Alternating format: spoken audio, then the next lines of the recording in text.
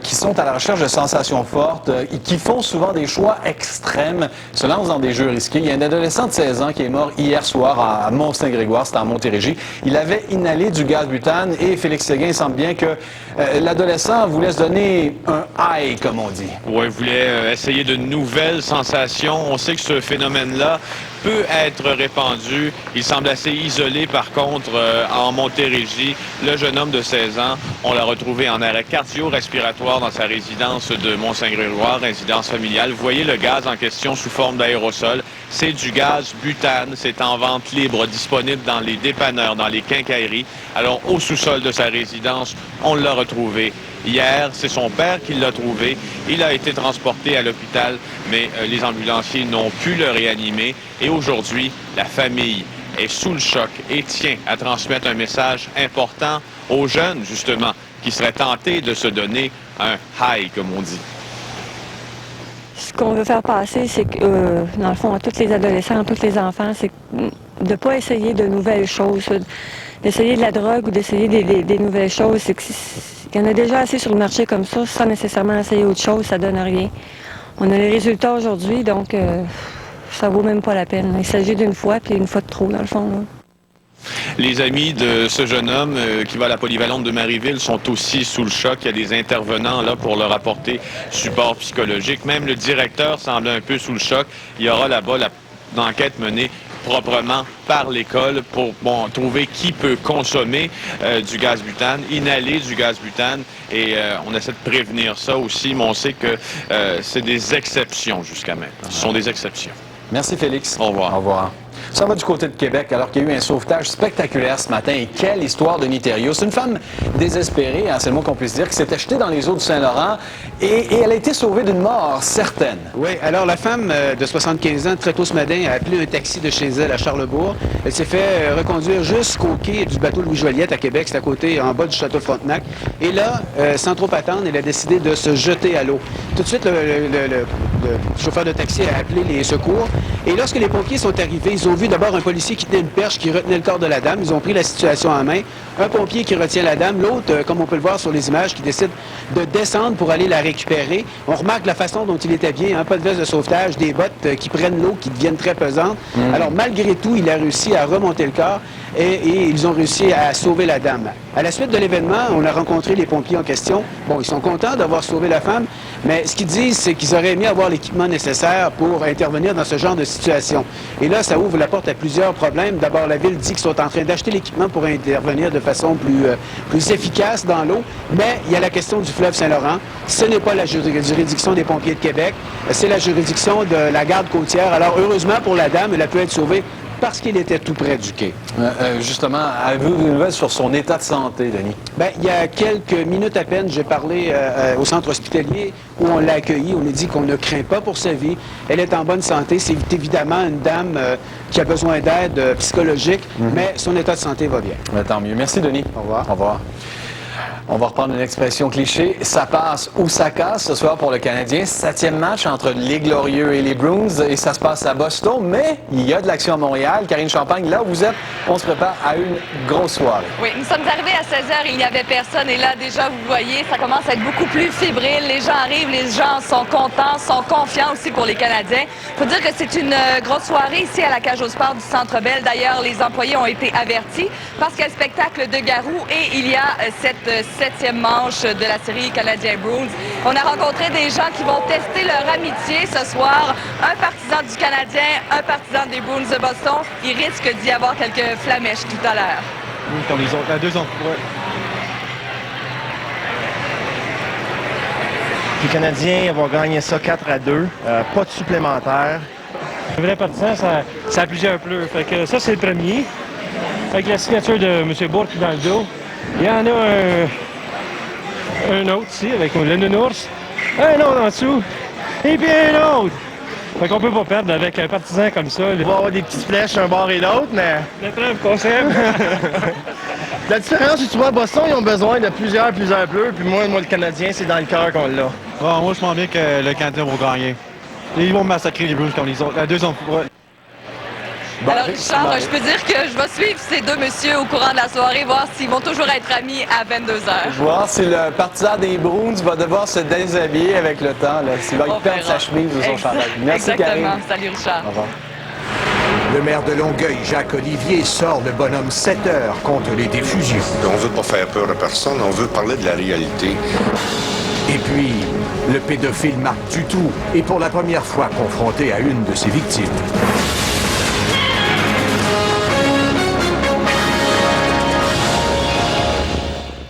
On veut être en forme et profiter d'une vie active. Lundi, 19h. Suzanne! Qui est? Ce lundi, C'est une vieille comédienne. la plus respectée de nos artistes. Toi, touche-moi pas! Je sais qu'à votre âge, c'est pas évident de suivre la porte. Comicographie Dominique Michel.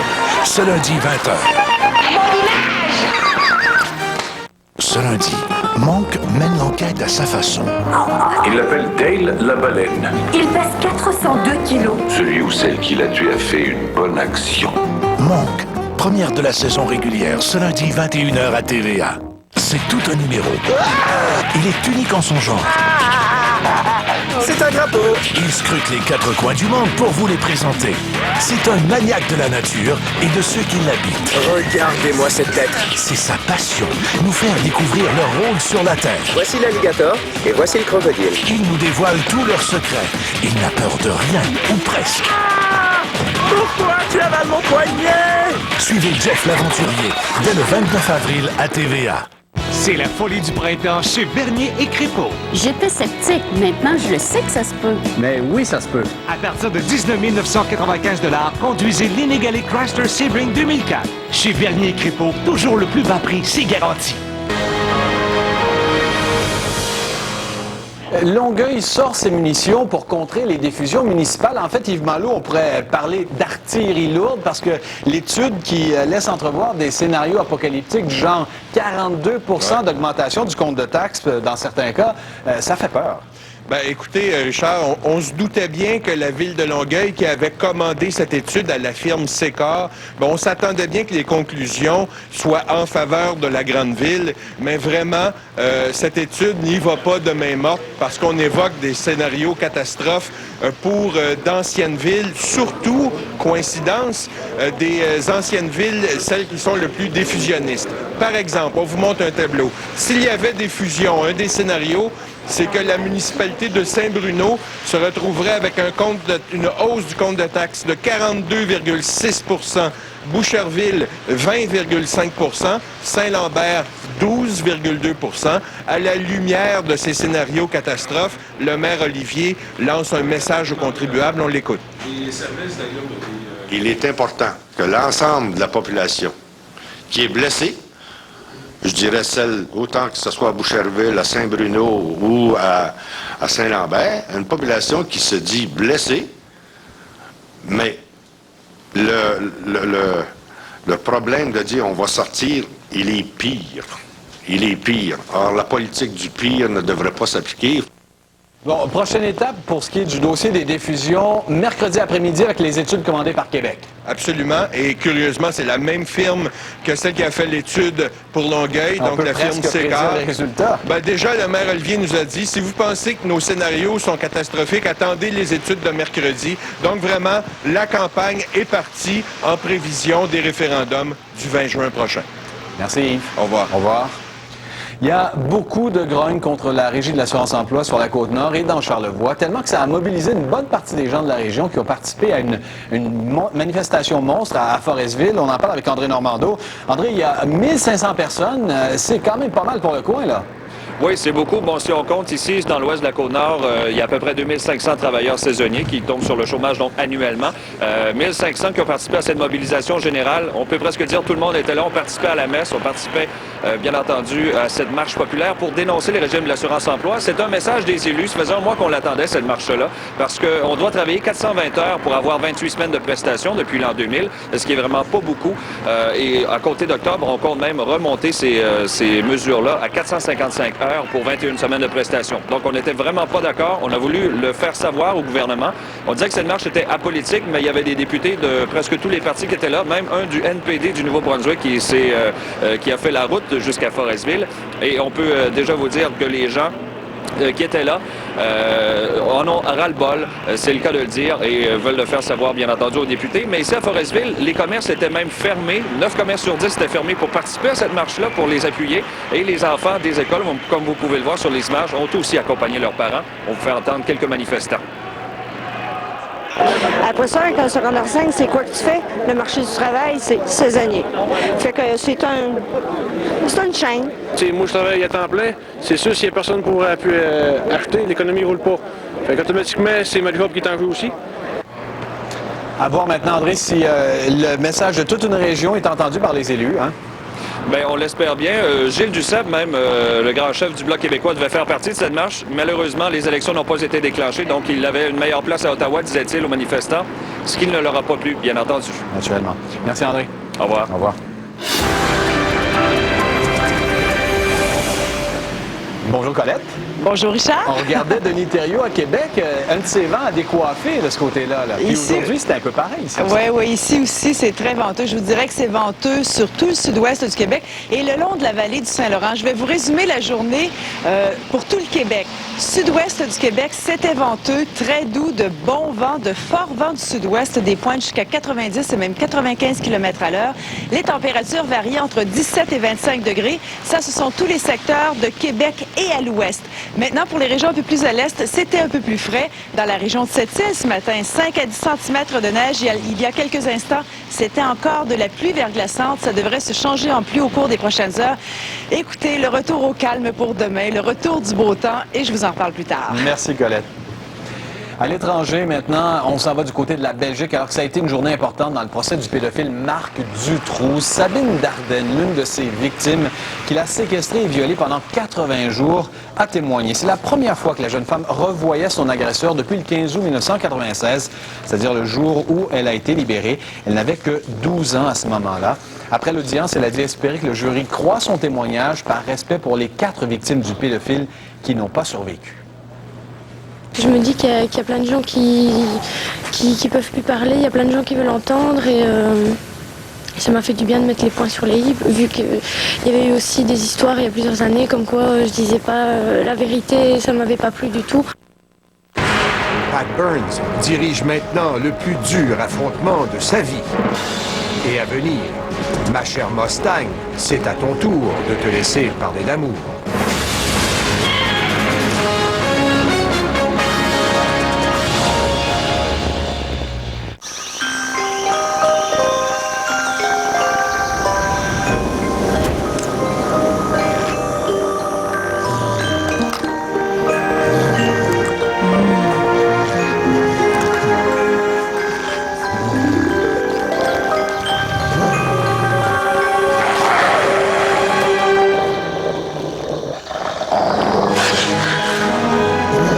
Essayez pas. Les chips, c'est pas des Crispers.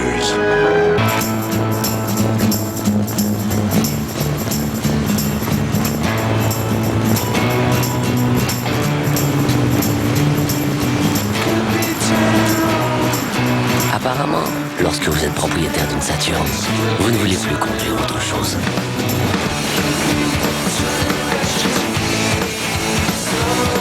Voici la toute nouvelle génération Saturn, toujours soutenue par la même promesse Saturn.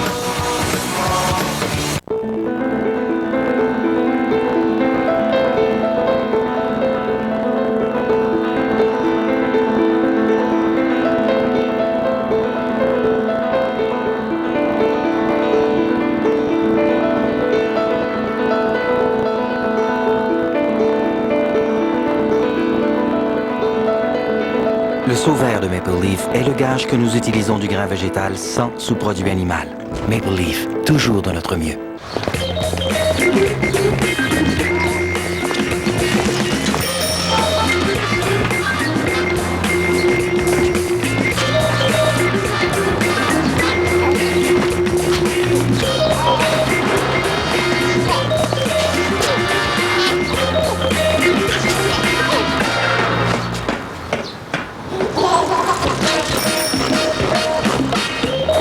Uniprix, ça fait du bien. Vous avez le goût du risque. Avec Facteur de risque, vous allez risquer encore plus. Vous êtes en bonne forme physique. Vous aimez les épreuves extrêmes. Partez en Argentine avec l'équipe québécoise. Plus de 100 000 $ en prix. De partout au Québec, procurez-vous un formulaire chez Énergie Cardio ou sur le site de Énergie Cardio. Jusqu'au 23 avril, inscrivez-vous à Facteur de risque. Une présentation d'ameublement Tanguay en collaboration avec Énergie. Dès le 26 avril, suivez les pros de la Réno. Bonne visite! Avec le retour de Ma Maison Rona. 6 familles en compétition. Un seul but. Avoir le meilleur projet afin de rénover sa maison et la remporter à la fin de la série. Quelles familles seront choisies? Au fil des semaines, votez pour votre famille préférée. Ma Maison Rona, en collaboration avec Desjardins et Toyota, dès le lundi 26 avril, 20h à TVA. L'entraîneur des Devils du New Jersey, Pat Burns, qui entreprend un dur match, sûrement le plus dur match de sa vie, parce que justement, c'est pas une question de hockey, mais de sa propre vie. Il doit commencer immédiatement d'intenses traitements de chimiothérapie pour combattre un cancer du côlon. Il a annoncé sa maladie hier pour répondre aux interrogations de ceux qui avaient remarqué son absence lors de certains événements entourant l'équipe qui a été éliminée la semaine dernière des séries. Shock and disbelief had now faced me and my family. After discussing the situation with Lou suggested that my health and well-being was the most important issue here. Pour discuter de ce type de cancer, on en parle avec la docteure Christiane Laberge. Bonjour Christiane. Bonjour Richard. Encore une fois, là, il faut juste en glisser un mot. Il y avait comme un malaise à parler du cancer du côlon. Pourtant, c'est une maladie fréquente chez l'homme comme chez la femme. D'abord, dans un premier temps, quels sont les signes avant-coureurs? À quoi devrait-on être attentif? Bien, les gens, par exemple, il faut prendre l'habitude que quand on va à la selle, de tirer la chasse, mais en jetant un petit coup d'œil pour regarder la selle qui s'en va, Richard, parce que on sait que les selles noires, c'est du sang digéré qui vient dans notre intestin. Évidemment, si vous mangez du boudin, vous avez ça aussi, mais si vous n'en avez pas mangé, attention. Vous pouvez avoir aussi du sang dans vos selles mélangé à la selle. Et là, les gens vont dire, oui, mais c'est mes hémorroïdes, c'est ma fissure anale. Peut-être, mais la façon de le distinguer, c'est quand on s'essuie avec le papier de toilette. Si, quand on s'essuie, on a un peu de sang rouge clair et en même temps, un petit « ouch », ça fait mal à l'anus, ça, on peut être à peu près rassuré. Mais si ça fait pas mal puis on a du sang, surtout un peu comme quand on se mouche avec le rhume, là, vous savez, on a une traînée de sang dans du mucus. Il faut se poser des questions, il faut toujours consulter. Christiane, 52 ans, Pat Burns, c'est quand même très jeune. Est-ce que c'est un cancer qui frappe tôt, ça? C'est tout à fait dans l'âge qu'on s'attend. C'est-à-dire que moi, ce que j'ai, c'est dans cet âge-là qu'on a le plus souvent. Et l'autre chose aussi, c'est que monsieur avait des malaises. Alors, les malaises, c'était quoi? Est-ce que c'était de la fatigue inhabituelle? Parce qu'on sait que les gens qui ont un cancer de l'intestin vont souvent faire de l'anémie parce qu'ils vont perdre du sang dans leurs selles. Deuxièmement, ils vont avoir des douleurs, toujours au même endroit. Ça ne change pas de place comme quand les gens ont des gaz. Parce que quand la selle vient pour passer, elle a une obstruction, c'est bloqué par le cancer. Alors, ça passe en tout petit. Et ça peut être des signes aussi. En terminant, Christiane, quel est le taux de guérison de ce type de cancer? Si on le prend au début, on sait qu'il y a des familles à cancer, donc on peut faire des scopies, les découvrir avant qu'ils aient donné des symptômes.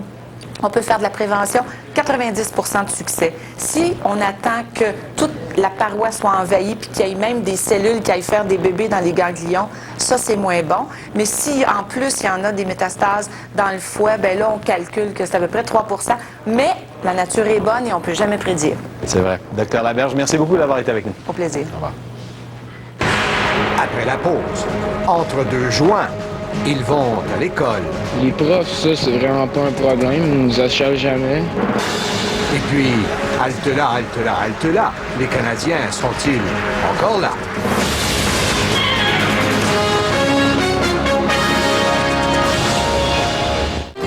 Ne manquez pas tous les détails du dernier match opposant le Canadien de Montréal aux Bruins de Boston, demain dans le Journal de Montréal. Les jours diamants Trois-Rivières Mitsubishi. Louis Lancer Sportback LS 2004 pour seulement 219 $. Un véhicule familial bien conçu et bien agréable. Enfin, un véhicule japonais abordable.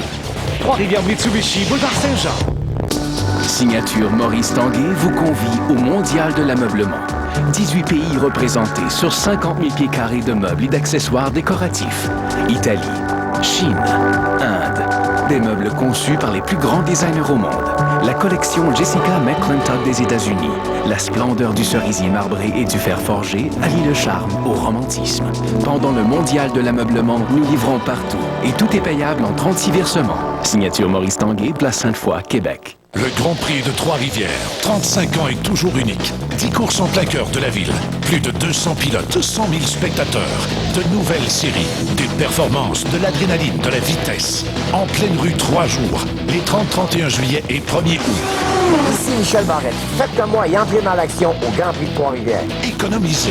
Réservez votre siège dès maintenant. Faites le 1-866-86-97-97 ou visitez le www.gp3r.com.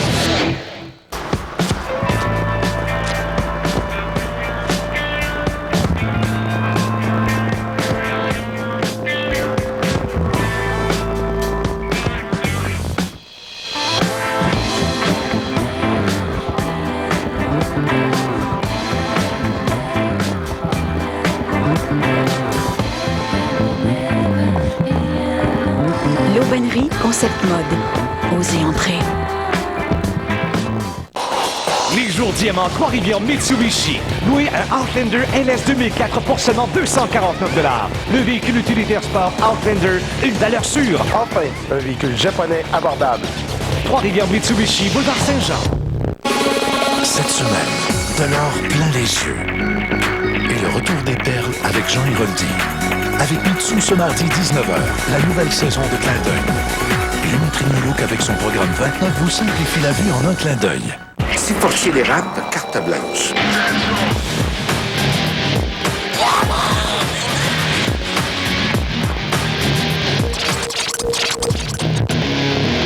Fortier 2, ce mardi 21h. Regardez ce printemps à TVA.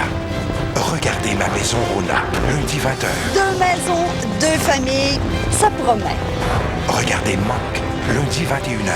C'est le meilleur policier qui soit. J'ai trouvé. Regardez Clin d'œil, mardi 19h. Regardez L'École des femmes, dimanche 18h30. Tu trouves pas qu'on se ressemble? Non. Regardez plein de nouveautés ce printemps. Le meilleur de la télé à TVA.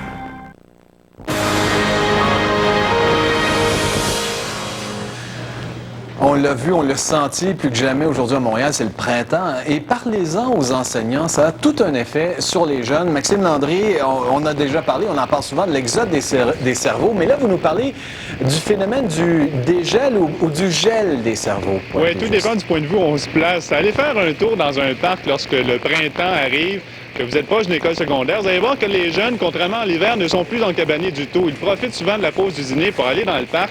Et c'est souvent là une occasion pour eux de fumer du pot. Je peux vous dire, à notre grande surprise, vraiment, on a été étonnés de voir à quel point la perception des jeunes pour le pot, c'est devenu quelque chose de banal, au point que dans le secteur de Mercier, il y a une maison des jeunes qui a décidé de passer à l'action, et vous allez voir que la solution est toute simple. Faites le test. Parlez avec ces jeunes du secondaire et vous réaliserez à quel point fumer du pot, c'est devenu banal. Ces élèves profitent de la pause du dîner pour aller dans le parc, en face de l'école, et se geler avant de retourner en classe. Puis toi, tu peux fumer combien de joints par jour, par exemple? La semaine, peut-être 3, 4. À cette école-là, comme toutes les écoles, tout le monde en fume, là, puis c'est super facile d'en trouver. Là. Certains midis, ils peuvent être jusqu'à 200 élèves rassemblés dans le parc, et plusieurs parmi eux consomment. Mais ça te dérange pas, toi, d'être buzzé dans ton cours ou les profs t'achalent pas? Les profs, ça, c'est vraiment pas un problème. Ils nous achalent jamais. L'école, tu sais, au début de l'année, ils ont abdiqué parce qu'ils pouvaient plus rien faire. Là. Le monde fume pareil. Résultat, le parc devient leur territoire. Des graffitis apparaissent, les voisins se plaignent, la police doit intervenir. C'est un gros inconvénient. Sentez-vous en sécurité, vous, quand vous passez ici? Pas toujours. Le problème est si important ici que la Maison des jeunes vient de recevoir une subvention de 20 000 $. 20 000 pour occuper le temps des jeunes sur l'heure du dîner. Il y a 200 jeunes dans le parc. C'est un beau terrain pour n'importe qui a des intentions malveillantes en disant « j'ai 200 jeunes clients potentiels qui sont là ». Sauf que si la Maison des jeunes, avec tous ses partenaires, s'implique et utilise le parc, ben ils vont sûrement aller ailleurs. Un exemple? La Maison des jeunes s'est récemment battue pour la construction d'un parc de planches à roulettes. Et ça fonctionne. Les jeunes en profitent le midi. La maison vient donc d'acheter des ballons de basketball, de soccer, de volleyball, des frisbees, tout ça pour que le midi, lorsqu'il fait beau, les jeunes pensent à autre chose que se geler. Avec le projet de loi de décriminalisation, pour la plupart des jeunes, c'est déjà fait. La drogue est décriminalisée, donc c'est légal. De mon point de vue, c'est décriminalisé parce que la police, ils tolèrent quand même. Là. Ils te confisquent ton joint, puis des fois même ils vont le fumer, puis ils te donnent pas d'amende à rien. Là. De toute évidence, les jeunes ont compris le message à leur façon. Mais Maxime, au-delà d'occuper les adolescents, quels sont les objectifs de cette maison de jeunes? En fait, avec le projet dont on vient de parler, on est bien conscient qu'on n'élimинera pas la consommation de pot du jour au lendemain. Mais du côté de la Maison des jeunes, on se dit, écoutez, si on est capable de motiver ces jeunes-là à occuper leur temps, peut-être qu'ils vont fumer 1, 2 joints au lieu de 3 ou 4, peut-être pas du tout non plus. Alors, le projet Viens dîner à la maison risque de peut-être faire des petits éventuellement. Merci, Maxime. Au revoir. Au revoir.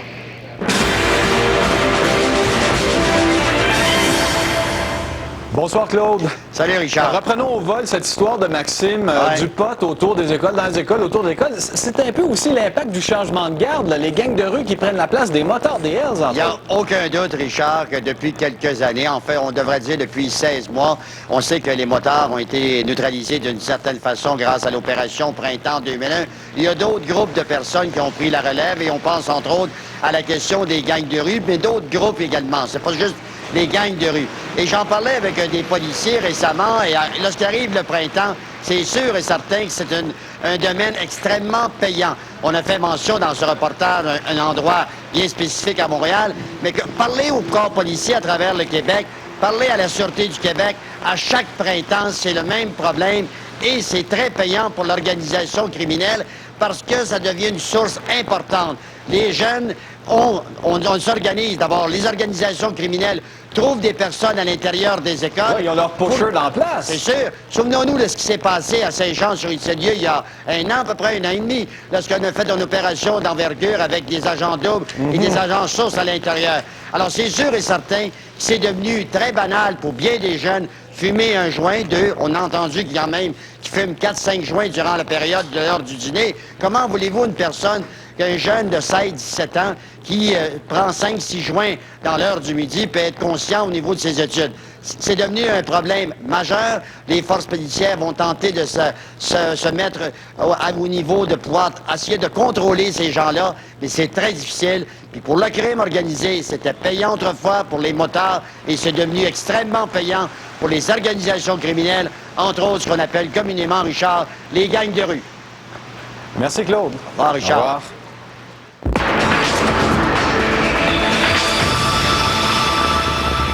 Septième match, et quel match ce soir entre le Canadien de Montréal et les Bruins de Boston. Ça se passe bien sûr à Boston et toute la saison du Canadien, dans un certain sens, n'aura pratiquement rien valu si ce match-ci est perdu. Ce soir, on en discute avec notre expert, nos 2 experts, Jean-Paul Chartrand et Danny Dubé, conjoint Danny à Boston. Bonsoir, messieurs. Bonsoir. Bonsoir. On a eu vraiment 2 beaux matchs là, qui nous ont amenés à ce 7e-là, alors qu'on était désespérés la dernière fois qu'on s'était parlé, après le 4e.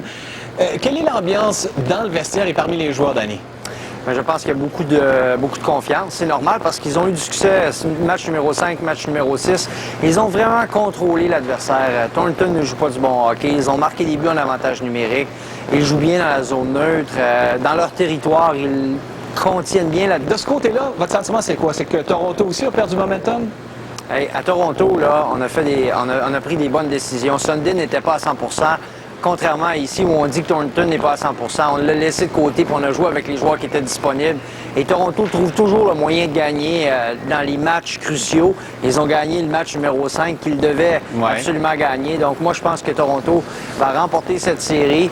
Et je veux féliciter Jacques Martin qui a utilisé Antoine Vermette. Et il a été beaucoup critiqué parce que Spezza est quand même un joueur de talent. Il a été laissé de côté. Et c'est Vermette qui a tout organisé sur le but gagnant. Un mot, Jean-Paul?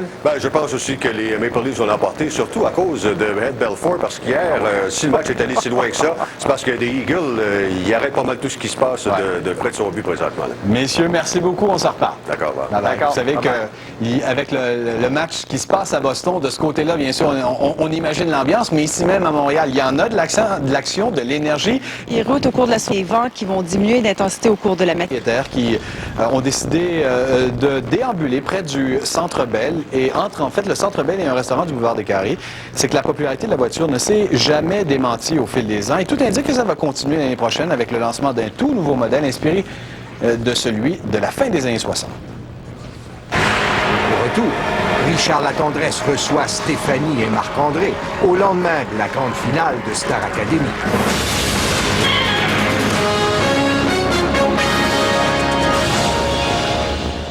Spectaculaire. Quel spectacle, en tout cas, cette finale de Star Academy qui a couronné Stéphanie Lapointe. Couronné, grande gang et grande étoile! Stéphanie! Un moment, on l'imagine, émouvant, mais émouvant non seulement pour la gagnante, certainement, mais pour... On regardait les chiffres, 2 729 000 Québécois, Québécoises qui regardaient cette finale de Star Academy. Un véritable phénomène de la télévision et du spectacle. Et on a avec nous à la fois Stéphanie Lapointe et Marc-André Niquette. Bonsoir tous les deux, bonne fin d'après-midi tous les deux. Merci d'être avec nous. Félicitations Stéphanie pour cette finale de Star Academy. Je veux vous entendre sur plein de sujets, mais dans un premier temps, je veux savoir, est-ce que vous êtes vraiment contente? Parce qu'à différents moments, on a le sentiment que vous étiez comme débordé par ce vedettariat, cette popularité qui vient avec le spectacle. Ben oui, c'est sûr que je suis super contente. Je pense que j'ai pris plus la peine de réfléchir à ce qui arriverait. On en a parlé beaucoup ensemble parce que même avant, quand on était rendu 4 filles, on a pris le temps de réfléchir. Qu'est-ce qui vous faisait hésiter à être emballé par l'expérience? Je veux dire, c'est tellement gros, c'est tellement un monde qui est nouveau. C'est normal que ça me fasse peur. J'avais peur d'être dépassée par les événements. De pouvoir contrôler ça? Oui, exactement. Sauf que j'ai réalisé qu'on est entouré d'une super bonne équipe qui veut vraiment notre bien. Puis je pense qu'on va se faire respecter dans ce qu'on va vouloir faire. Marc-André, on vous voit lorsque vous débarquez, vous descendez de l'hélicoptère, vous êtes accueillis par les gens. Et je vous le disais, il y a 2 700 000 personnes qui vous regardaient. Ça fait quoi comme sentiment de se savoir les yeux rivés du Québec sur soi? Écoute, on se sent très, très privilégié d'avoir la chance d'entrer dans autant de familles, dans autant de maisons, partager notre passion pour la musique. Parce que vous, Marc-André, ça fait depuis longtemps aussi, c'est un vieux rêve que vous avez. Ben oui. Quand vous étiez jeune, d'ailleurs, vous organisiez des spectacles. Oui, oui. J'ai commencé à 7 ans, la première fois que je suis monté sur une scène. Puis depuis ce temps-là, ma passion a continué de grandir. C'est une sorte de couronnement d'arriver au bout, d'arriver à la finale de Star Academy. Mais pour moi, Star Academy, c'était une école. C'était une école pour apprendre le métier. Puis maintenant, le vrai défi commence. Le vrai défi commence. Parlons de ce vrai défi qui commence, Stéphanie. Hier, vous disiez, je vais faire on passe à l'étape du disque, enregistrer un produit. Je vais faire quelque chose qui va vous plaire, mais je veux que ça me ressemble. Ça va ressembler à quoi, un disque de Stéphanie? Mais j'ai pas vraiment eu le temps d'y réfléchir encore, ça c'est sûr, là, parce qu'on vient de sortir. Sauf que... Ça pourrait avoir quelle allure? Ça pourrait toucher quelle corde? Mais j'imagine que je veux quelque chose d'assez acoustique. Je sais pas encore. Ce que je veux faire, c'est prendre le temps d'écouter des démos, voir ce que les gens, s'il y a des gens qui veulent m'envoyer des trucs, que je les écoute parce que je pense que je suis pas prête à composer tout de suite. Mais c'est sûr que je vais le faire un jour. Là, vous savez que l'image qu'on avait de vous, c'est à la fois on utilisait l'expression, cette poupée de porcelaine, et puis cette rebelle en parallèle. Vous avez imposé les chansons que vous avez choisies. C'est laquelle, la vraie Stéphanie, des deux? Mais là, je pense qu'on est ni noir ni blanc. Je veux dire, je pense que ça fait partie de moi. C'est des caractéristiques que j'ai. Peut-être que je les ai fait plus valoir. C'est sûr que j'ai de la misère à me confronter souvent à me conformer aux règles. Ça a été un gros défi pendant ces 9 semaines-là. De vous soumettre aux règles de l'Académie. Oui. Donc, c'est ce côté rebelle qui prend le dessus à ces moments-là. Parce qu'il y a cette, comme je vous dis, l'expression venait, poupée de porcelaine, les gens avaient envie de vous protéger. Ça vous ressemble, ça, dans votre quotidien? Bien, j'imagine. Je veux dire, je réfléchis pas vraiment à ça, là, sauf que je pense que j'essaie juste de me laisser aller dans ce qui arrive, sauf que c'est sûr que je me suis posé beaucoup de questions parce que c'est un gros changement dans notre vie. Naturellement. Oui, je pense qu'il faut y réfléchir beaucoup pour pas se laisser emporter. Puis, mais ça vous tente, ce monde du spectacle, ce monde... Mais j'aime ça, chanter, c'est sûr. C'est sûr que ça fait découvrir encore plus la passion que j'avais. Parce que je pensais pas faire ça, je sais pas pourquoi, mais... Vous pensez que par exemple, vos disques pourraient être teintés de cette conscience sociale que vous avez? Par exemple, on parle de cette école en Afrique. il y a une envie d'autre chose que juste... C'est superficiel un peu le monde du spectacle. C'est éphémère. Ça marche maintenant, ça marche plus demain. L'autobus du showbiz. Vous pensez que votre musique va être teintée de ça? Bien, je l'espère vraiment. J'espère que je vais devoir lire beaucoup encore, rencontrer des gens. Je sais pas, avoir des... Peut-être pas toujours avoir des opinions. Surtout, c'est pas ça le but, sauf que c'est sûr que Mais ne pas les mettre de côté, en fait. Non, c'est ça. Je veux que les textes sont très importants pour moi là, quand je chante. Et Marc-André, votre musique va ressembler à quoi? Vos disques vont ressembler à quoi? Ça, c'est toute une question. Ouais. Écoute, ce qui est le fun, en étant deuxième, c'est que j'aurai le temps. J'aurai le temps d'y penser, j'aurai le temps d'écouter plein de musique, j'aurai le temps de trouver vraiment ce que je veux offrir aux gens qui me ressemblent le plus. Puis pour l'instant, répondre à cette question-là, c'est très difficile. C'est trop aller loin. Avez-vous tous les deux au moins le sentiment que Star Academy, le phénomène, ça fait découvrir et apprécier la musique française aux jeunes, fondamentalement? C'est ce qu'on a comme sentiment. Oui. Vous avez aussi cette impression-là, hein? Oui, même nous, j'ai tellement appris sur le répertoire québécois depuis qu'on est entré à Star Academy. Ben, tous les deux, encore une fois, félicitations de vous être rendus en finale, d'être grande gagnante de cette finale. Merci beaucoup d'avoir été avec nous. Merci beaucoup. Au revoir. Dans un moment, l'explorateur urbain affronte enfin ses peurs. Et ça fonctionne, vous le verrez tout à l'heure. Et puis, l'incomparable Geneviève Borne et les nouvelles aventures de l'incomparable Mademoiselle C.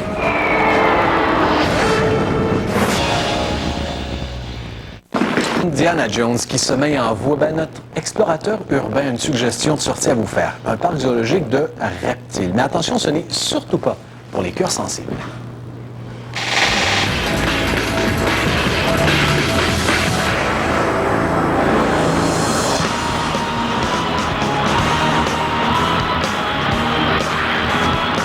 Visiter l'exotarium n'est peut-être pas aussi épeurant qu'une épreuve de facteur de risque, mais ça demande tout de même un peu de sang-froid. Sang-froid comme dans Reptile. Il y en a plus de 300 dans cette surprenante ferme de Saint-Eustache. L'exotarium, c'est un parc zoologique spécialisé dans les reptiles, dans les amphibiens et dans les insectes et araignées. On est un endroit où on veut faire découvrir ces animaux-là aux gens, à leur montrer que ce ne sont pas des animaux qui sont dangereux ou des animaux qui sont répugnants.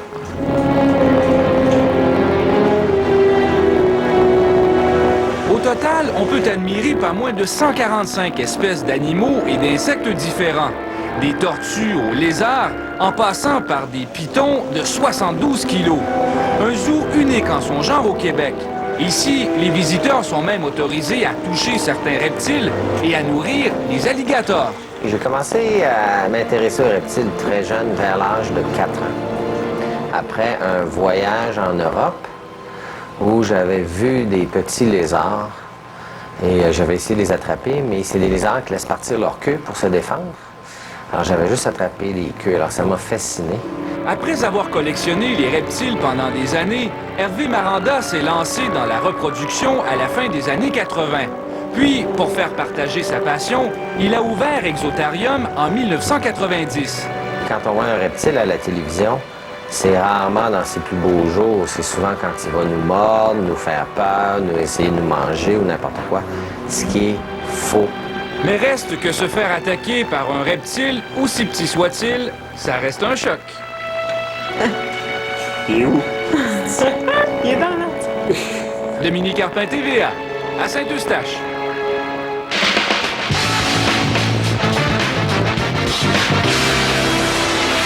C'est le retour de Geneviève Borne. Bonsoir Geneviève. Bonsoir Richard. La mystérieuse Mademoiselle C nous avait charmé.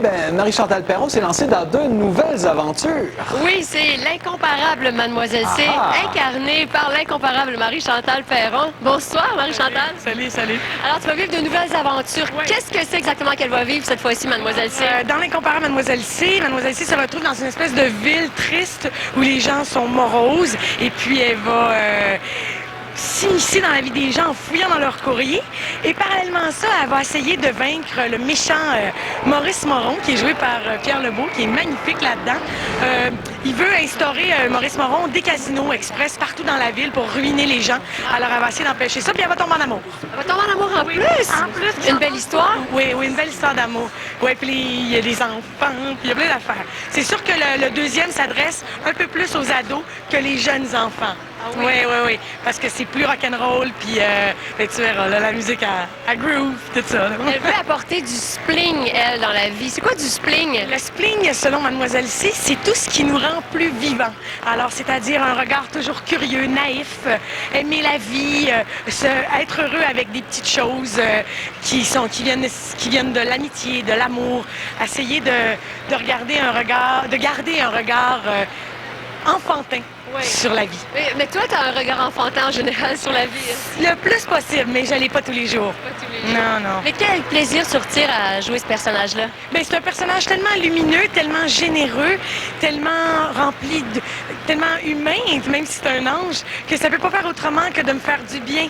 Parce que je suis dans une zone, je suis dans les zones les plus lumineuses de mon âme.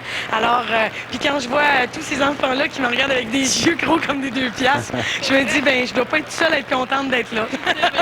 Mais on te souhaite une bonne soirée de première, Marie-Chantal. Je suis bien nerveuse, mais je suis sûre que ça va bien aller. Oui, ça va bien aller. Merci. Merci. Bonne chance à Mademoiselle C. Et puis, Geneviève, il y a Garou qui a été généreux en cédant sa place au Centre Bell aux Canadiens, mais là, il revient ce soir et il s'agit de pas le manquer, hein? Oui, il reprend sa place ce soir au Centre Bell. C'est la dernière chance que vous avez de voir Garou en sol québécois parce qu'ensuite, il s'envole vers l'Europe. Et alors, il y a 5 spectacles prévus en Pologne à la fin du mois de mai. Il va aller au Liban, en Belgique, en Suisse. Et sa grande tournée pour l'album Revient va se terminer au mois de décembre en France. Alors ce soir, il reste encore de bons billets. C'est donc votre chance ultime de voir Garou. Et le spectacle, c'est un spectacle grandiose avec des éclairages fabuleux, avec des écrans géants fantastiques. Donc, c'est un spectacle à voir. Et il reste donc quelques places. Merci beaucoup, Geneviève. Merci, Richard. Bonne soirée. Bonne soirée. Restez avec nous. Le bulletin de 18h suit dans un moment. À tout de suite. Le ministère des Finances, dirigé par Paul Martin, avait dit